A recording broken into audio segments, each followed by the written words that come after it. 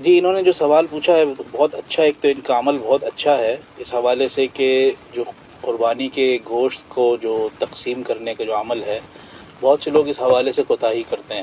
جی جی وہ لوگ جو سارا سال کھانے پینے کی استطاعت رکھتے ہیں اور ان کو اللہ تعالیٰ کی نعمتوں کی فراوانی میسر ہے، اگر وہ قربانی کے موقع پر بھی اپنے فریج کو بھر لیں جی اور جو ضرورت مند مستحقین، غریب غربا، خاص طور پر ہمارے دوستوں میں، رشتہ داروں میں ایسے لوگ ہوتے ہیں، ہم انہیں بہت اچھی طرح جانتے ہیں، لیکن ہم ان کے ساتھ نہ ان کو سپورٹ کرتے ہیں، نہ خاص طور پر عید بقرہ عید کے موقع پر ان کو پوچھتے بھی نہیں ہیں.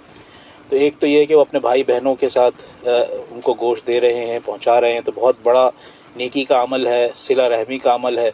تو اس میں ان کو 3 ثواب مل رہا ہے. ایک تو قربانی کا ثواب مل رہا ہے کہ اپنے والدین کی طرف سے قربانی کر رہے ہیں، جی جی پلس گوشت وہ تقسیم کر رہے ہیں اس کا ثواب مل رہا ہے، پلس وہ اپنے رشتہ داروں کو دے رہے ہیں، یعنی صلہ رحمی کر رہے ہیں، جو اللہ تعالیٰ کا اتنا بڑا حکم ہے. سبحان اللہ. پھر اس کے بعد بھی وہ ایک حصے میں سے اس میں سے بھی کھانا تیار کر کے خود بھی کھا رہے ہیں اور راستے میں گزرنے والے مسافروں کو، راہگیروں کو، سب کو خرچ کر رہے ہیں. ایک ماشاء بہت بڑا عمل ہے. اللہ تعالیٰ ان کے اس عمل کو قبول فرمائے. اللہم آمین.